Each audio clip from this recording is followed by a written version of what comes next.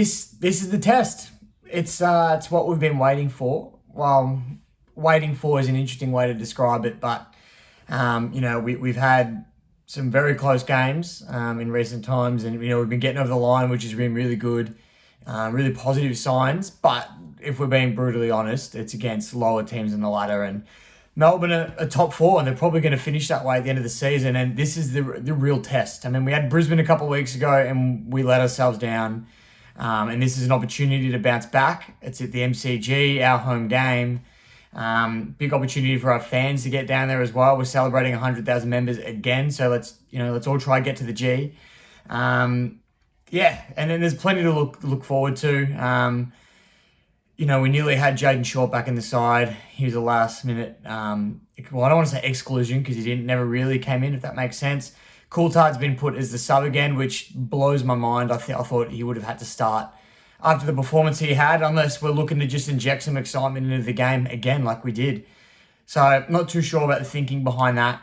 But I am going to cut across to an interview, or not an interview, but a show I did with the Attention to Detail boys, good mates of mine, and they run themselves a Melbourne podcast. And I've done plenty with them before on Pressure Point, and it's always been good fun. And of course, they reached out and they wanted to do a Richmond Melbourne preview. So we did, and they've been kind enough to send through the footage that they were using for the podcast. They've sent through the footage, and that's my preview for today. So it's probably a little bit lazy on my behalf, but I think these guys make some really good content. They know their stuff.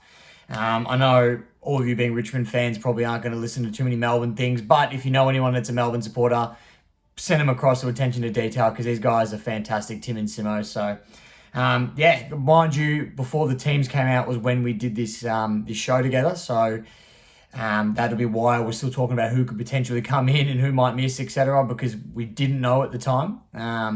But either way, it's a good listen. We sort of break down the game, I think, quite well, and probably a little bit more in depth than what I usually would, and I just sort of talk about how I feel things are going to go and what I think that we should do. So. I'll stop talking and I'll just cut straight through to the interview with Attention to Detail.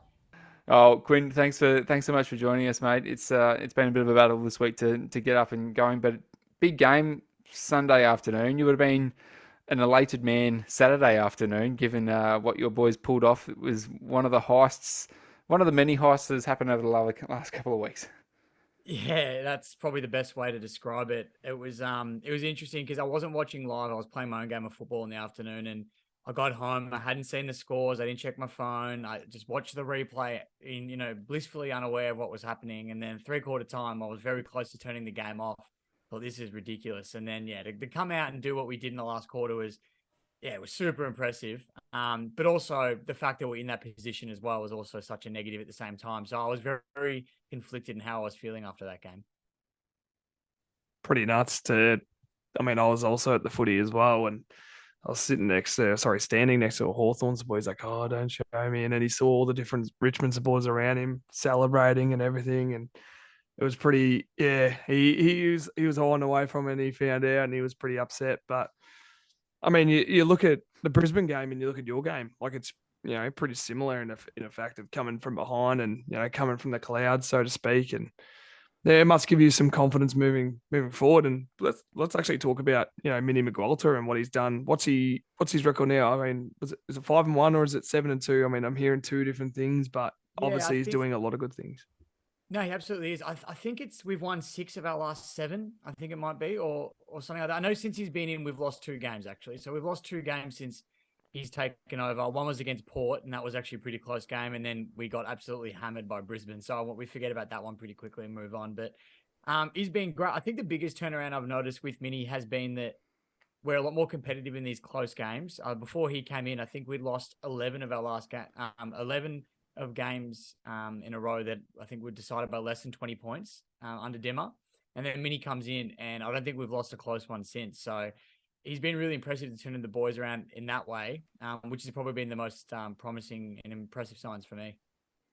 So you're sitting 10th at the moment, equal on 38 points with Carlton, and then Geelong's on 38, also sitting in 8th. So you're right there with a final spot up for grabs. So there's a lot in this weekend. There's no such thing as a dead rubber in that space, and those sorts of wins can kind of ignite and really bring a team together. And like two powerhouse Melbourne teams in terms of the D's and Tigers. It hopefully should draw a big crowd on Sunday afternoon with a lot on the line, because Melbourne still wants to continue to consolidate their position in the top four, build that buffer against the rest of the pack. But you guys are right in there for the hunting, and I don't think it doesn't matter personnel wise. It still wouldn't really want to face Richmond in a final. I think there'll be a lot of teams out there that it's hard to get a read on you guys, but they're that team that still has those vets. They still have players that can stand up in big moments, and you proved that again on Saturday afternoon. Yeah, I think the best way to describe us at the moment is probably we're just super annoying. Like we just won't go away in a weird way where we're not threatening at the moment, but we're not quite leaving everyone alone at the same time. Where you just don't know what might happen. And look, I'll be completely honest. I've been fairly pessimistic this season about where we're headed and how we're shaping up, especially when Tom Lynch went down. I really didn't see us doing a whole lot with him out of the picture. But, ever since Minnie's taken over and we've found some winning form, it hasn't necessarily been convincing, the wins that we have had, but they have been in a fashion that we're not used to as well. So on that, I'll take some positives out of that at the same time. But this is the test. Like you said, it's a big game. There's so much riding on it. I mean, we've got a relatively tough draw from here on to the end of the season. And if we can't perform well against sides like Melbourne, then, we give ourselves no chance anyway. So it is a big game and there is a lot riding on it. And I do think Richmond tend to play a little bit better against the better teams. I think we play up to standards, but then the other problem is that we play down to the lesser team standards as well. So hopefully we can jump up a little bit against you boys and make it a bit of a contest. Well, you look at last time we played you guys, and it was a bit of a tale of two halves. I mean, what was it, 6-8 at halftime of our blockbuster game, Anzac Day Eve, and then for us to come out and kick, what did we kick here? 9-3 in the second half. You think you'd hope that doesn't happen again. It'd probably be a pretty tight contest, knowing you guys at the moment and what you guys are serving up, and basically what we've served up 2 weeks in a row as well. You think there's just so much awesome footy going on and great footy, and it's such a good watch at the moment, knowing that most games are almost like 8-point games. So you think what's going to get the job done for you guys, and what do you think needs to happen? I mean, you spoke about Stephen May and Lever and keeping them out of the game, but we're probably just as much needing to do that, with the likes of Loston and Bolter and even Grimes coming off, is almost like our Jake Lever type. Yeah, that's the thing. I think both our defensive halves are really solid. They're very strong. Our forward line is where we're letting ourselves down at the moment. I mean, you guys are potentially in a similar situation with that. I know Fritsch isn't inside at the moment, and we're obviously missing Lynch and our key forward. So our defense is where we really pride ourselves. So yeah, absolutely right. I think for Melbourne to take away Richmond's intercept game with Bolter and Vlossen, like you said, would be huge for them. I mean, look, the obvious one is Max Gawn. I mean, that's the elephant in the room. Ever since Grundy stepped on the sidelines there, he's torn the competition apart and he's dominated the last 2 weeks. And it's quite scary watching from the sidelines. No one will play you guys in a couple of weeks. And it snuck up really quick. I think the biggest thing with Gawny is he's going to move around the ground. And that, how influential he is around the ground. He's obviously, his ruck work is good as it is, but his work around the ground is where he's really damaging. And I think we can limit the way that he floats behind the footy and sort of avoid kicking it in his direction, which I know sounds super simple, but teams just can't seem to do it. I think that goes a long way to us, putting ourselves in a position to win, but he's just a star at the moment. And I think Richmond's in a situation where, like you said, we are teetering around that finals mark, but I mean, the Giants and Carlton are playing really good footy. Geelong's playing good footy. So it's a real tough one. I don't want to say we should start playing experimental footy, but I'm almost getting a feeling that we should start trying to do things that are a bit out of the norm, just to shake things up and potentially get an edge on a team that wouldn't expect it. Yeah, exactly. Well, if from my perspective, I honestly think your biggest weapon against us is not playing, and I'm so thankful for, and that's Jaden Short. Bearing that he's actually coming back this week, because he's someone that we just for some reason do not play on. And I just think of how much meters gained he gives you guys, and his ability to sling that ball 60 meters, hit a tip pretty easily is pretty nuts. Taranto last time got a hold of us with his 33 touch game, 10 tackle. You think his game's just, ever since Kane Corn said he wasn't even a top 150 player, he's just bloody going nuts. And you think, yeah, he's right there in calculations for All Australian. You've got obviously Dusty hitting some sort of strap. Shy Bolton's plucky. He's probably played 75% of the season looking All Australian like, and then 25 looking like a subpar player. So you think if he gets that game going, some teams won't be able to stop him. He's pretty unreal. So I think we're gonna have a handful with you boys. I don't think you guys will be easy beats, and you're gonna cause some ruckus in the lead home to the finals. I certainly hope so. I think a cool stat going into this game is it's 3 players that I think are in their own category and having and averaging more than 20 disposals and a goal a game, and that's Petrarca, Bolton, and Martin, and they're all going into the same game with that kind of stat line, which is pretty crazy to think about. But you're right, all those boys are sort of firing at the moment, and not to break your heart, Simo, but Short is looking likely to come back this week. We don't know yet; it's not confirmed, but he was out in the track today. Obviously they always say there's going to be a test and all that, so you don't actually know what's going to happen. But selection's going to be really interesting with us. I don't know which way we're going to go. Like, we're going to try and bring Samson Ryan into, double team Gawn in the ruck, or do we bring Short in and push someone else on a wing? It's going to be a tough selection thing, because you guys are, especially in the midfield as well, you guys are very damaging. That's pretty crazy to think about. No Clary he was there last time, so you think, what's the difference going to be in that matchup there? Obviously, we've had Petrarca go forward, but then the mix of your Cozzies, your Jordans, your Sparrows coming through the midfield and just playing a role. Gus Brayshaw has been injected and starting to pick up some really strong form. So you think he's enabling, and these boys are enabling Petrarca to go forward and cause some damage. Obviously, he kicked 8 goals within a 2-week span. Didn't hit the scoreboard last week, but yeah, he's like your Dustin Martin sort of impact play. He can easily go in the midfield, get you 30, but for him to go forward, kick goals, it's going to cause a lot of headaches. We're probably in the same boat. We're probably, in terms of selection, there's a few that I'm like, well, Ben Brown's got subbed out. Do we start Joel Smith as a little bit of a bit of an X factor player, or is he the perfect sub for us? Because if we go down at one end, he can go, he's a swing man. Has he started a trend to make, the ideal sub, as opposed to bringing on a small that has little to no impact? So, you saw his impact against the Crows, and, hopefully it does continue. But, he's probably in line for a full game after what he's done. But Joel Smith is in line for a full game, you reckon? Yeah. Do you think... In whose spot, though? Well, you're thinking Ben Brown's spot. Minus if they bring Grundy back from his 6 shots at goal for 1 goal. You think, I don't know, you still need to probably give Grundy 1 more game in the VFL, I think, just to establish what he's actually going to provide. Yeah. In the lead home. But it's pretty crazy to think. I don't know. Selection wise, we'll be sweating on Pig Hibbard, because I think Dusty's going to be hating if Pig Hibbard plays, because he's caused Dusty a few headaches in recent times, hasn't he, Quinn? Yeah, I was about to say he's one that I don't want playing on the weekend. It's just his body shape, his size, his strength. He matches up really well on Dusty and doesn't allow.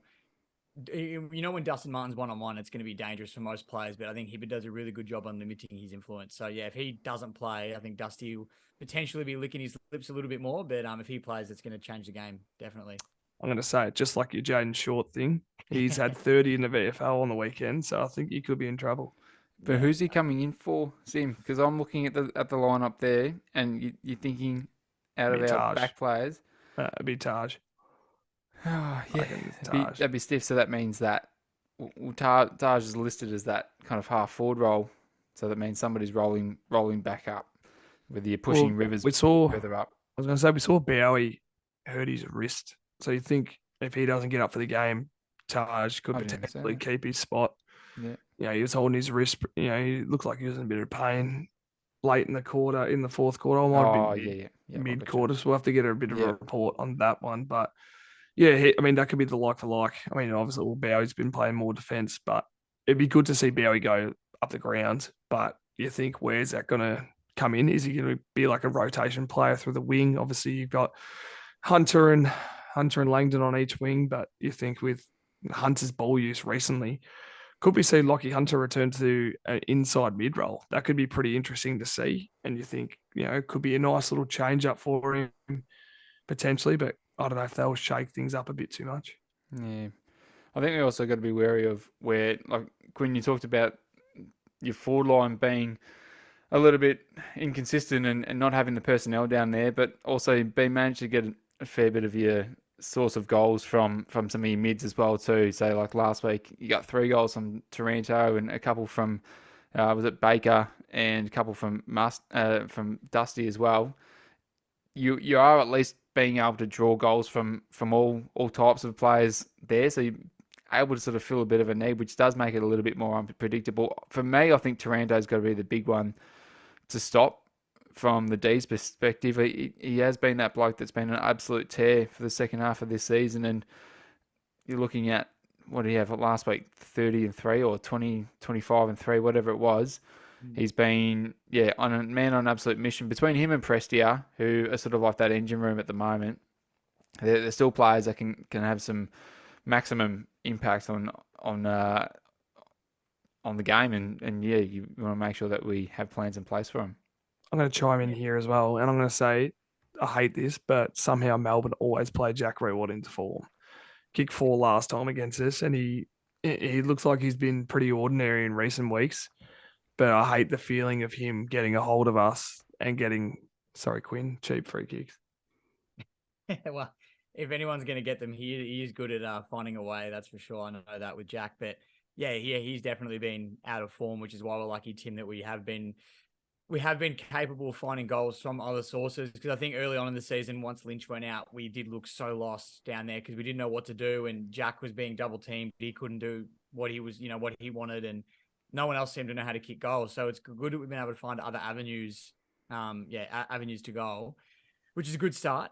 But that's what talk about selection. I mean, we had Noah Cumberland in the VFL. He kicked 5 or 6 on the weekend. That's going to shake things up. He's got the potential to come in and kick a few as a bit of an unknown player. You don't know really how to match up on him. He is a smart forward, and he's not quite tall, not quite small. He's sort of in the between there. So, he could come in, shake things up.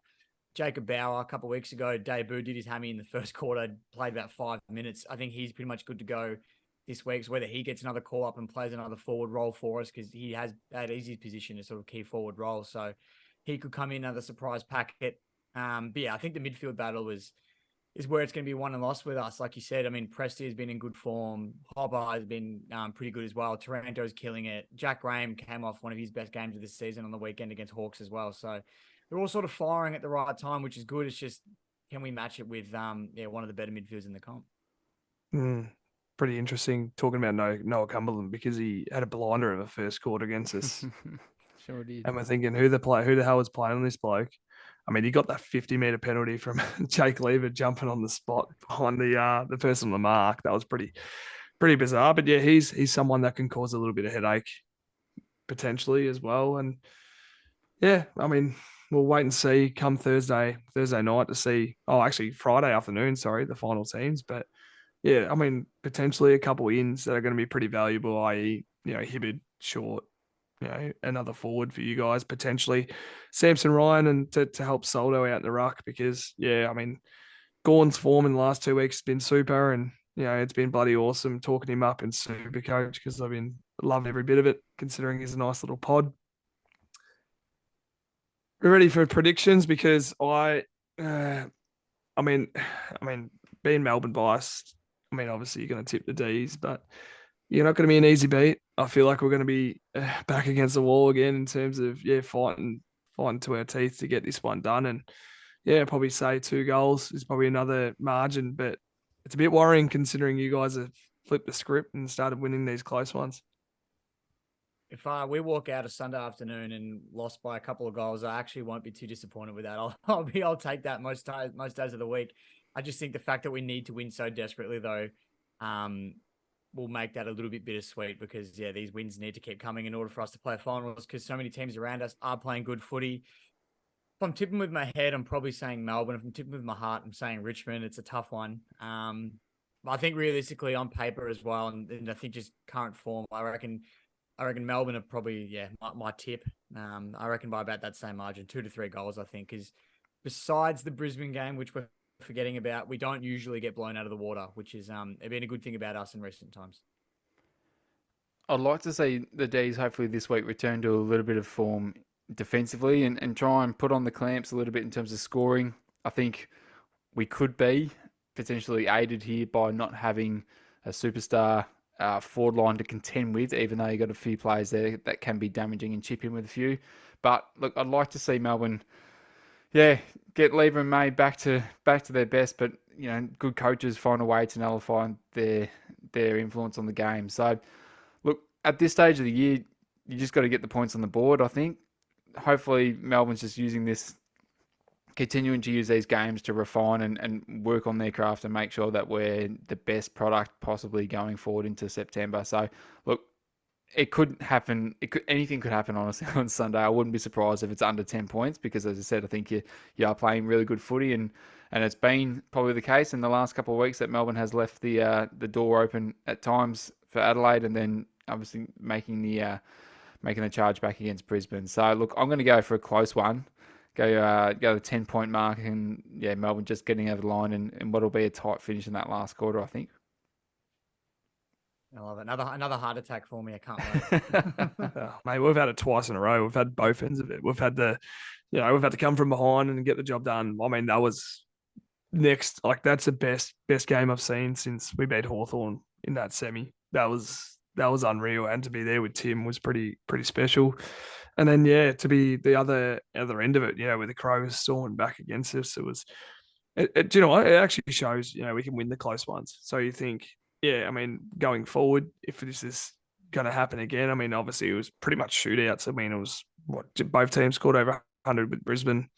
With us and Adelaide, it was 97 to 94. So you think, could it get that way? I mean, it was pretty similar score to Richmond and Hawthorn. I mean, obviously they pushed it right to the end. Or you guys obviously come back from a almost 40-point deficit, which was pretty unreal. I honestly, I'm probably with you, Tim. There, I mean, last time was 97 to 78, so it was not low scoring, but not super high. But it would be good. Enter the Roo in the last quarter. He was bloody unreal, and it took Miller to the clean. Was it Miller or was it Young to the clean? I think it might have been Young to the cleaners. One of the two, yeah. Yeah, and I didn't want to talk about him. He still gives me nightmares. I remember that game as well. I think. I didn't really know a lot about him, Van Ruin, and when I heard the crowd, I thought they were booing. I'm like, who are they booing? I couldn't figure out what was going on. And then I feel like, I mean, correct me if I'm wrong, maybe I'm just a bit biased. I feel like I didn't see him the whole game, and all of a sudden the last quarter, he rips it to shreds and tears us a new one. I thought, oh, you are kidding me. Mate, just to let you know, Quinn, he was actually on the verge of getting subbed at 3/4 time, and we bit the bullet and kept him on. So, lucky for that. I think Goody said that in the press conference. So, good. Go. It was a good win, that one. It was. Quinn, thanks so much for joining us, mate. It's going to be a cracker of a game on Sunday afternoon, and looking forward to watching it unfold. But clearly, from our point of view, from another day's win. Well, let's hope not, but thank you for having me on, boys. I appreciate it. It's always good fun coming on and chatting footy with you guys. It's been a partnership we love having over the last few years, so it's been fantastic. Sorry, Sim, I thought you were going to say something. Oh, sorry. I thought you were going to stop the recording, but absolutely pleasure to talk to you, mate. And it's interesting not having Marcus on, considering he'd be blowing his own trumpet about the Blues at the moment because they're absolutely flying. But you don't want to talk to Marcus. Don't want to talk to him. All right, we'll leave that one. The conversation's a lot more intellectual too without him, so let's keep it this way for a little while if we can. It looks like all three of our teams are in good form, and hopefully for your sake it doesn't happen this week. But it'd be good to see you guys causing some ruckus and shaking things up for the mutual supporters in your games. Absolutely. Looking forward to it. Keeping my fingers crossed. That's for sure. Easy. All right. Well, thank you, mate. And make sure our listeners, if you haven't already, go check out great mates of the pod, Pressure Point Media, out on their socials, and we'll plug a link on there. But all the best, Quinn. Thanks, mate. Thanks, boys. Thanks for having me.